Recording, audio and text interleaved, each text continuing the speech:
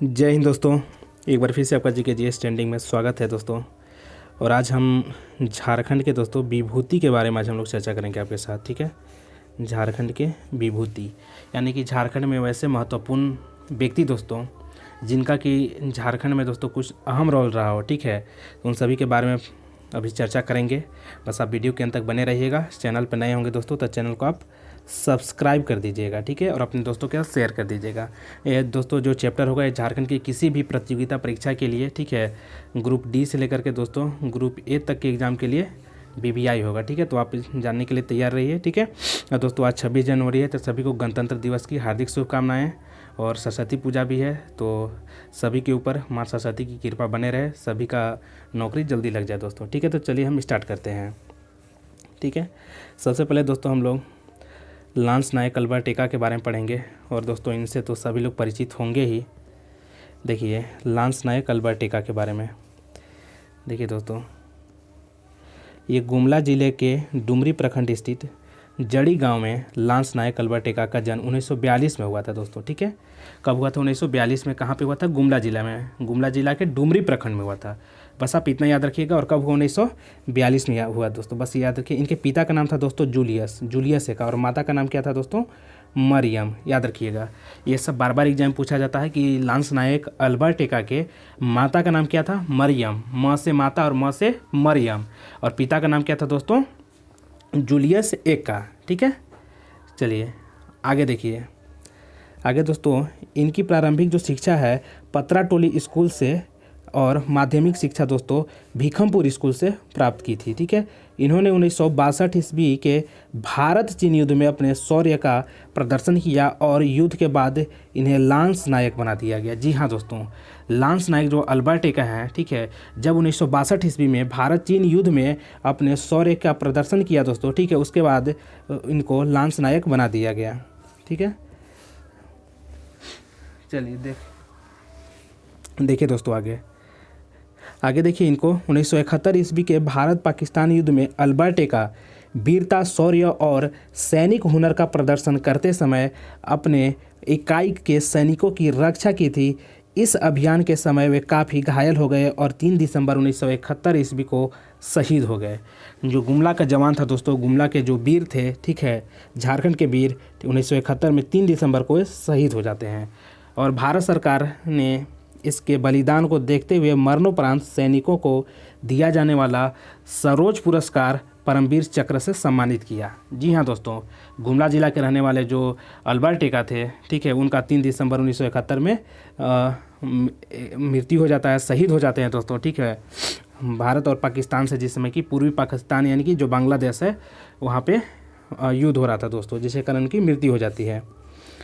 देखिए पाकिस्तान के यह 1971 की लड़ाई जिसमें कि पाकिस्तान ने अपना पूर्वी हिस्सा गंवाया। ठीक है, जी हाँ दोस्तों, देखिए पाकिस्तान का जो पूर्वी हिस्सा था दोस्तों, ठीक है, जिसको कि हम लोग बांग्लादेश आज दोस्तों हम लोग जानते हैं, ठीक है, वो पहले पूर्वी पाकिस्तान के नाम से जाना जाता था। तो उसको आज़ाद कराने में भारत की अहम भूमिका भी रही है। ठीक है, और देखिए आगे क्या है कि 14 गार्ड्स को पूर्वी सेक्टर में अगरतला से 6.5 किलोमीटर पश्चिम में गंगा सागर में पाकिस्तान की रक्षा पंक्ति पर कब्जे का आदेश मिला था। और अल्बर्ट एक्का पूर्वी मोर्चे पर गंगा सागर में दुश्मन की रक्षा पंक्ति पर हमले के दौरान brigade of the guards battalion की बाईं अग्रवर्ती, ठीक है, अग्रवर्ती कंपनी में तैनात थे दोस्तों। याद रखिएगा कौन था? बाईं अग्रवर्ती कंपनी में तैनात थे।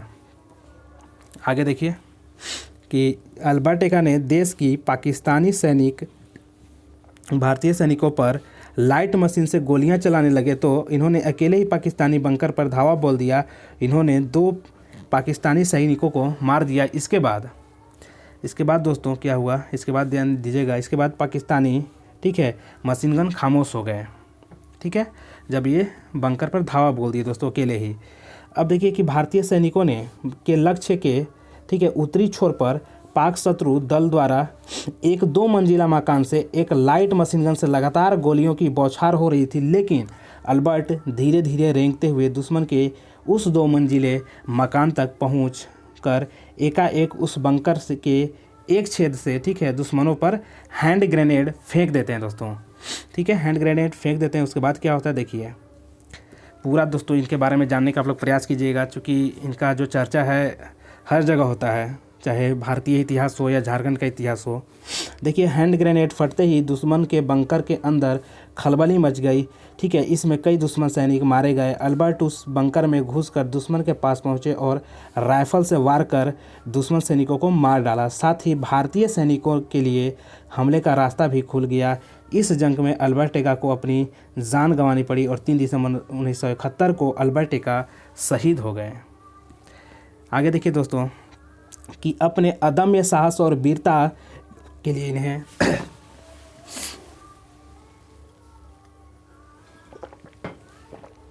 थोड़ा सा गला सूख रहा था दोस्तों, पानी पी लिया। देखिए, अपने अदम्य साहस और वीरता के लिए इन्हें भारतीय सेना का सर्वोच्च सम्मान परमवीर चक्र से सम्मानित किया गया। इस सम्मान को पाने वाले एकमात्र झारखंडी हैं दोस्तों। जी हाँ दोस्तों, इस सम्मान को सर्वोच्च सम्मान जो है परमवीर चक्र से सम्मानित किए जाने वाले, ठीक है, एकमात्र झारखंडी हैं दोस्तों, अल्बर्टेगा, लांस नायक अल्बर्टेगा। अब देखिए दोस्तों, हम दूसरे जो दिग्गज हैं दीवा किशुन, ठीक है, इनके बारे में भी हम लोग जानेंगे। देखिए, पश्चिमी सिंहभूम चाईबासा वाला एरिया से कि जो राजनगर थाना अंतर्गत, ठीक है, मातकोम बेड़ा गांव में 1820 ईस्वी में दीवा सोरेन का जन्म हुआ था दोस्तों। जी हाँ दोस्तों, जो दीवा सोरेन है इनका जन्म होता है कितना में, 1820 में, याद रखिएगा। और कहाँ पर, पश्चिमी सिंहभूम और पूर्वी सिंहभूम जो 2 जिला है दोस्तों, ठीक है, तो वही पश्चिमी सिंहभूम में होता है। वहीं किशुन मुर्मू का जन्म राजनगर थाना क्षेत्र के, ठीक है, किशुन जो मुर्मू हैं, देखिए दोस्तों, दीवा सोरेन एक अलग व्यक्ति हैं और किशुन मुर्मू एक अलग व्यक्ति हैं, ठीक है। तो दीवा सोरेन का जन्म हुआ था 1820 में और जो किशुन मुर्मू है इनका जन्म राजनगर थाना क्षेत्र के, ठीक है, गुमिदपुर में हुआ था, ठीक है, याद रखिए, गुमिदपुर में। आगे देखिए, दीवा और किशुन, जी हाँ दोस्तों, दीवा और किशुन आपस में मामा भांजा थे। कौन थे दोस्तों, दीवा और किशुन आपस में मामा भांजा थे। इनके जो गुरु का नाम था रघुनाथ भूइयाँ था दोस्तों। दीवा और किशुन के जो आपस में मामा भांजा थे, इनके जो गुरु थे उनका नाम था रघुनाथ भूइयाँ। जब पोरहाट के राजा अभिराम सिंह ने अंग्रेजों की अधीनता स्वीकार की थी, तभी से इस क्षेत्र की भोली भाली जनता पर अंग्रेजों का अत्याचार शुरू हो गया था दोस्तों। अंग्रेजों का जो अत्याचार है क्या हो गया था, शुरू हो गया था। दीवा और किशुन ने अपने गुरु के साथ मिलकर अंग्रेजों के विरुद्ध, ठीक है, विद्रोह कर दिया और 1872 ईस्वी में दीवा किशुन का विद्रोह प्रारंभ हो गया दोस्तों। इस समय सरदारी, जी हाँ दोस्तों, इस समय सरदारी आंदोलन भी चल रहा था, ठीक है। और इस समय सरायकेला क्षेत्र, जी हाँ दोस्तों, इस समय सरायकेला क्षेत्र सूखा और अकाल से ग्रसित हो गया था या ग्रस्त था। इस क्षेत्र के गरीब लोग, यानी सरायकेला क्षेत्र के गरीब लोग, ठीक है, राजा से काम मांगने गए तो न ही राजा और न ही किसी अंग्रेज अधिकारी ने उनकी मदद की। परिणामतः भूखी जनता की दबी आवाज़ भड़क उठी। जी हाँ दोस्तों, जब भूखा पेट रहता है तो कुछ भी करवा सकता है, ठीक है। दीवा और किशुन ने जनता का नेतृत्व संभाला और सभी धर्म के लोगों को संगठित कर आंदोलन चलाया। पोरहाट के सभी क्षेत्रों में इस विद्रोह का प्रभाव पड़ा और यह विद्रोह, जी हाँ दोस्तों, यह विद्रोह लंबे समय तक चलता रहा। लेकिन कुछ स्थानीय जो लालची थे उन लोगों के द्वारा, ठीक है, इनका पता अंग्रेजों को बताया गया। परिणामतः इन्हें गिरफ्तार कर सरायकेला जेल में फांसी दे दी गई। जी हाँ दोस्तों, दीवा और किशुन को कहाँ पे फांसी दिया जाता है, याद रखिएगा, तो सरायकेला के जेल में इनको फांसी दे दिया जाता है। ठीक, किसके दोस्तों कारण, तो कुछ लालची जो स्थानीय थे उन लोगों के द्वारा इनका पता बता दिया जाता है। किसका, दीवा और किशुन का। जी हाँ दोस्तों, दीवा और किशुन आपस में मामा भांजा थे, ठीक है, दीवा और किशुन आपस में मामा भांजा थे और कुछ स्थानीय लोगों के द्वारा इनका जो है पता बता दिया जाता है, जिसके कारण कि सरायकेला जेल में इनको फांसी दे दिया जाता है। तो देखिए दोस्तों, अभी हम अल्बर्टेगा के बारे में पढ़े, लांस नायक अल्बर्टेगा, और दीवा किशुन के बारे में पढ़े। 2 विभूति, 2 महत्वपूर्ण व्यक्ति जो झारखंड में अपना स्थान रखते हैं, ठीक है। अब हम आगे पढ़ेंगे दोस्तों रानी सर्वेश्वरी के बारे में। रानी सर्वेश्वरी, जी हाँ दोस्तों, रानी सर्वेश्वरी के बारे में, ठीक है। जो झारखंड का दोस्तों अभी हम लोग विभूति के बारे में पढ़ रहे हैं, तीसरे नंबर के आए हैं रानी सर्वेश्वरी। देखिए, पाकुड़ का सुल्तानाबाद, ठीक है, परगना पहले सघन वनों से आच्छादित था। मतलब कि वहाँ पे पहले सघन वन, ठीक है, मतलब कि ज़्यादा अच्छा वन था, ठीक है। माल पहाड़िया जनजाति का निवास स्थान था दोस्तों। इस क्षेत्र में महेशपुर राज्य की स्थापना गोरखपुर से आए दो भाइयों आबू सिंह और बाकू सिंह ने की थी। जी हाँ दोस्तों, एक बार फिर से सुनिए कि पाकुड़ का सुल्तानाबाद, ठीक है, परगना पहले सघन वनों से आच्छादित माल पहाड़ी जनजातियों का निवास स्थान हुआ करता था। इस क्षेत्र में महेशपुर राज्य की स्थापना गोरखपुर से आए दो भाइयों ने किया था। कौन कौन दो भाई थे? आबू सिंह और बाकू सिंह। आगे देखिए दोस्तों, छोटे भाई आबू सिंह ने पहाड़िया स्थित से विवाह कर, ठीक है, देखिए दोस्तों, पहाड़िया स्थित से विवाह कर, ठीक है, रक्त संबंध स्थापित कर लिया। बड़े भाई बाकू सिंह के वंशज गर्जन सिंह का 1758 ईस्वी में देहांत हो गया और विधवा रानी सर्वेश्वरी को महेशपुर राज्य की, ठीक है, बागडोर अपने हाथों में लेनी पड़ी। उसके बाद देखिए दोस्तों क्या होता है कि इस क्षेत्र में अंग्रेज के आगमन के समय रानी सर्वेश्वरी ही महेशपुर राज्य का शासन चला रही थी और रानी सर्वेश्वरी पर माल पहाड़िया लोगों को कंपनी के खिलाफ बगावत के लिए भड़काने और उनकी हिंसक कार्रवाई में मदद देने का आरोप था।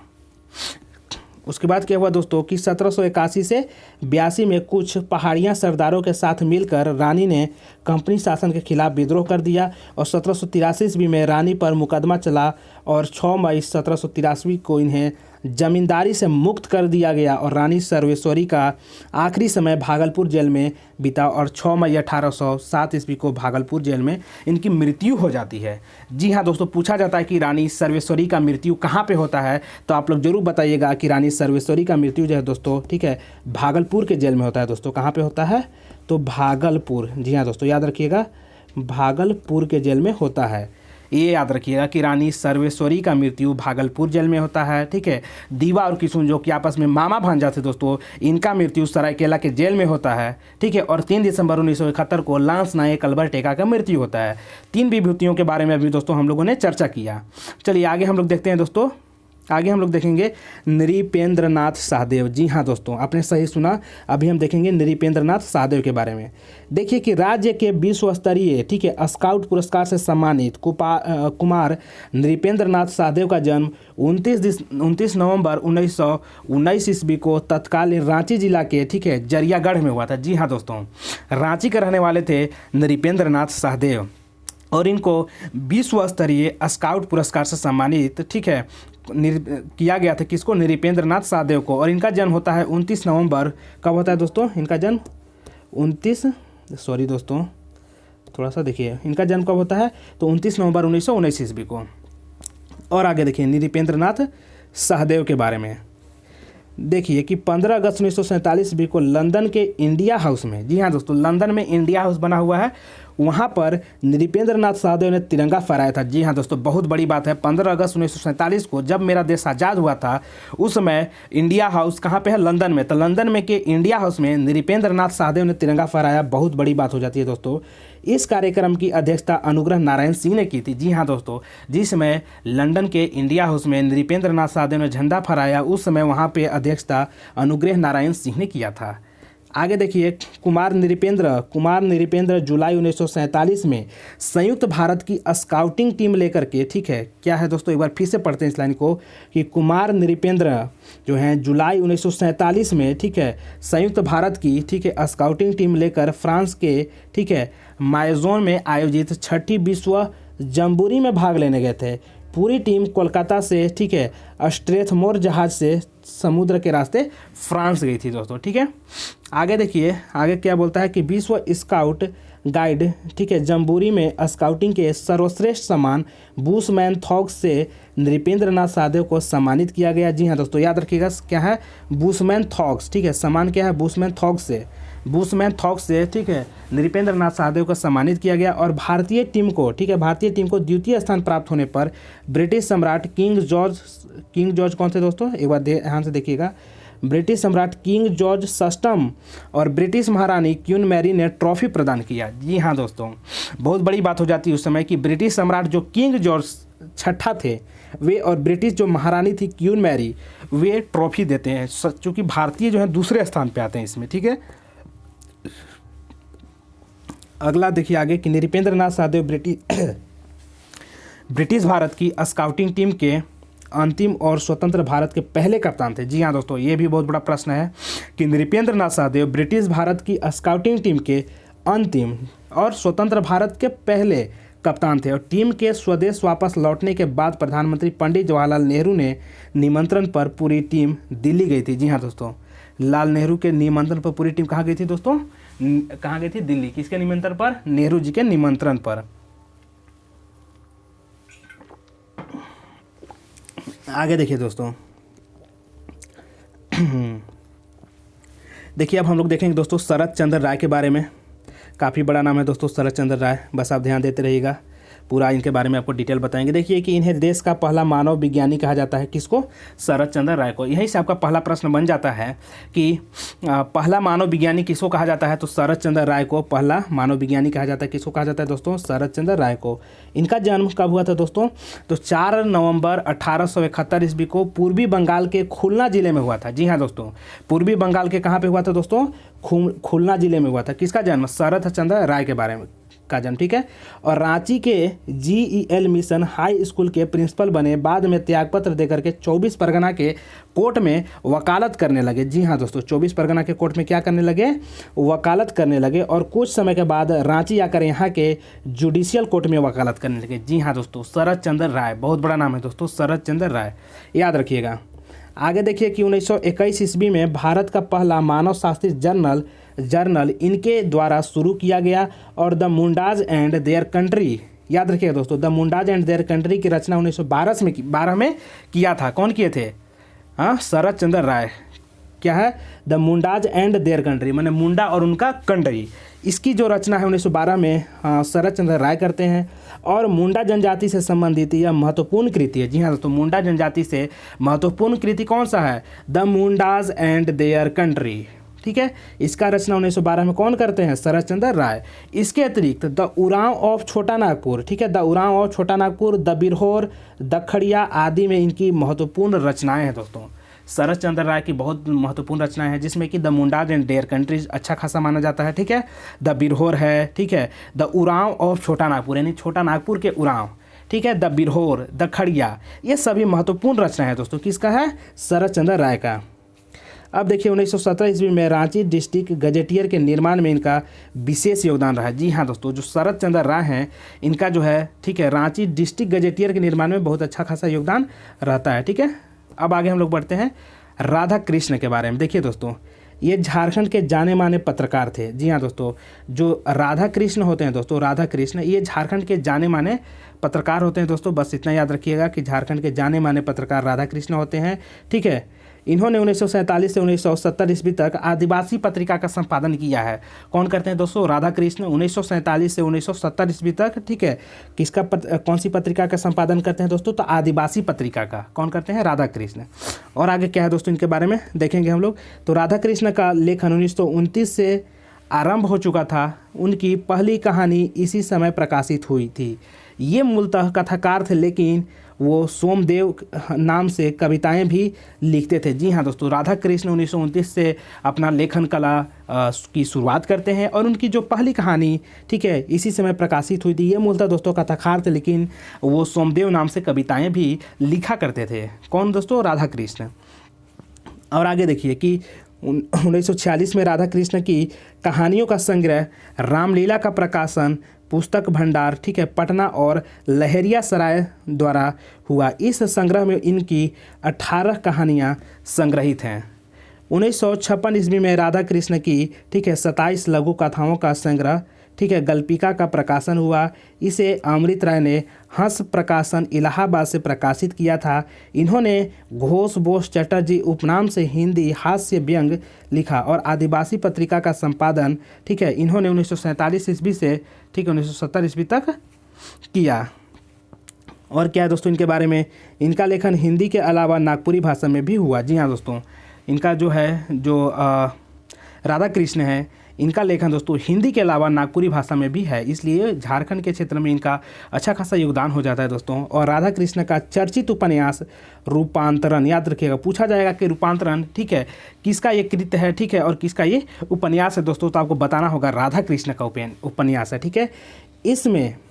इसमें मानधाता और ठीक है सौभरी ऋषि की गाथा है और कथा है, और कथा के माध्यम से भोग और कर्म का विश्लेषण इसमें किया गया है दोस्तों। ठीक है, चलिए आगे देखते हैं हम लोग पंडित रघुनाथ मुर्मू के बारे में। बहुत ज़्यादा तो लंबा नहीं हो रहा दोस्तों, आप लोग कमेंट करके ज़रूर बताइएगा यदि टॉपिक ज़्यादा लंबा हो रहा होगा। यदि आप लोग और भी लंबा चाहते होंगे वीडियो को करना, ठीक है, तो आप लोग उसको भी कमेंट करके बताइएगा। और कैसा लग रहा होगा दोस्तों आप लोग बताते रहिएगा, और कोई नए होंगे चैनल पर तो सब्सक्राइब कीजिएगा। देखिए पंडित रघुनाथ मुर्मू के बारे में दोस्तों, जो भी विभूति बता रहे हैं दोस्तों, झारखंड के विभूति, ये काफ़ी महत्वपूर्ण है। ठीक है, आप इसको याद रखिएगा, यहाँ से प्रश्न दोस्तों अवश्य रूप से होते हैं।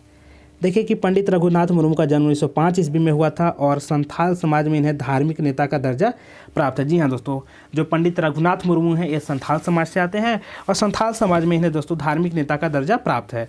कब इनका जन्म होता है दोस्तों? 1905 में हुआ था पंडित रघुनाथ मुर्मू का।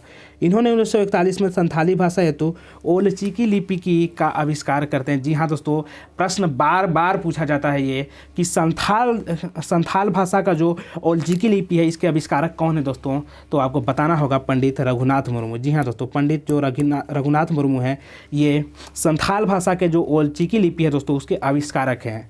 आगे मयूरभंज आदिवासी सभा ने पंडित रघुनाथ मुर्मू को गुरु गोमके यानी महान शिक्षक, गुरु गोमके का मतलब होता है दोस्तों महान शिक्षक, इसकी उपाधि प्रदान की थी। जी हाँ दोस्तों, मयूरभंज कहाँ पे है? अभी उड़ीसा में है दोस्तों। और हमारे जो अभी राष्ट्रपति हैं, ठीक है, द्रौपदी मुर्मू, वे उड़ीसा के मयूरभंज से ही आती हैं। ठीक है, मयूरभंज की ही रहने वाली हैं वो।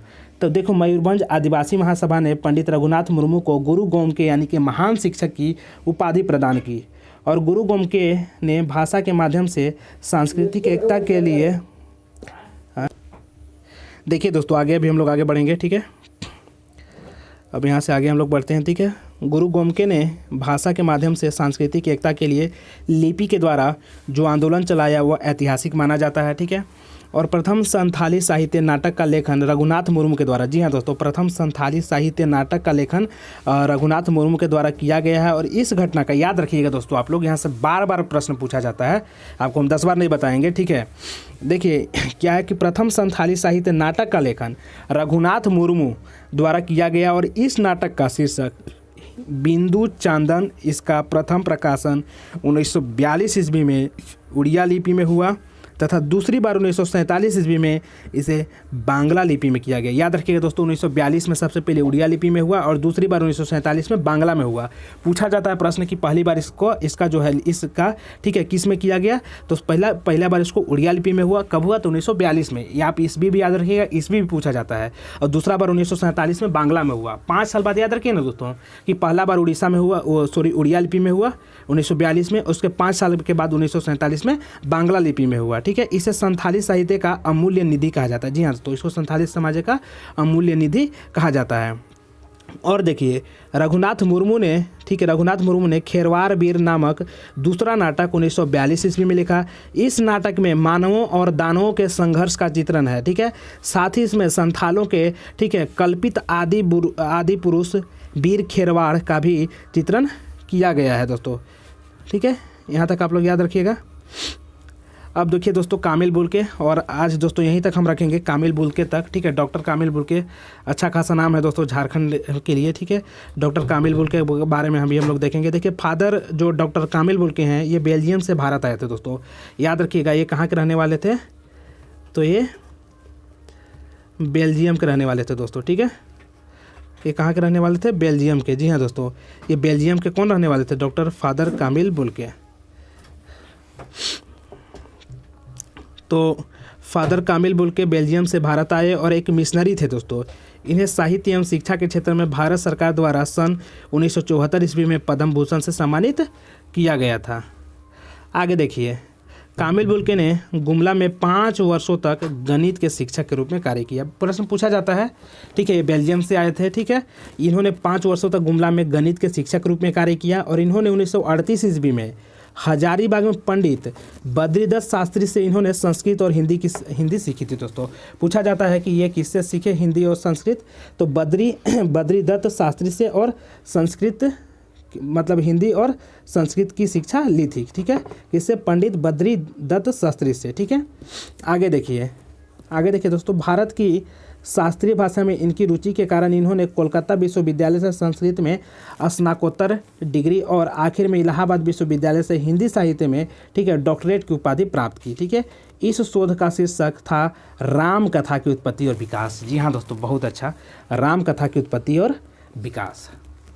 इनका पूछा जाता है कि इस शोध का शीर्षक क्या था जब इन्होंने डॉक्टरेट की उपाधि धारण करने के लिए, ठीक है, डॉक्टरेट की उपाधि प्राप्त की दोस्तों। ठीक है, तो ये इनका जो शोध था राम कथा की उत्पत्ति और विकास, ये पूछा जाता है। देखिए आगे क्या है कि इन्होंने 1950 ईस्वी में रांची के संत जेवियर महाविद्यालय में हिंदी और संस्कृत का विभागाध्यक्ष बनाया गया। ठीक है, और इसी वर्ष वे बिहार राष्ट्र भाषा परिषद के कार्यकारिणी सदस्य नियुक्त किए गए। और क्या है दोस्तों इनके बारे में, इन्होंने तुलसीदास की रचनाओं को समझने के लिए अवधी और ब्रज सीखी। ठीक है, क्या है दोस्तों, इन्होंने तुलसीदास की जो रचनाएं थी उसको समझने के लिए अवधी और ब्रज भाषा सीखी दोस्तों। इन्होंने रामकथा और तुलसीदास व मानस कौमुदी जैसी रचनाएं तुलसीदास के योगदान पर ही लिखी थी। ठीक है, इन्होंने हिंदी में, क्या है दोस्तों, इन्होंने हिंदी में बाइबिल का अनुवाद किया है दोस्तों। इन्होंने हिंदी में बाइबिल का अनुवाद किया है दोस्तों। तो आज हम लोग दोस्तों, ठीक है, जो विभूति हैं इनके बारे में आज हम लोग यहीं तक रखते हैं। तो आप लोग को कैसा सेशन लगा आप लोग ज़रूर दोस्तों कमेंट करके बताइएगा। दोस्तों कि सेशन आप लोग कैसा लगा, और अपने दोस्तों के साथ शेयर कीजिएगा। तब तक के लिए दोस्तों जय हिंद, जय भारत। चैनल पर नए होंगे तो एक बार चैनल को सब्सक्राइब कर दीजिएगा दोस्तों। धन्यवाद।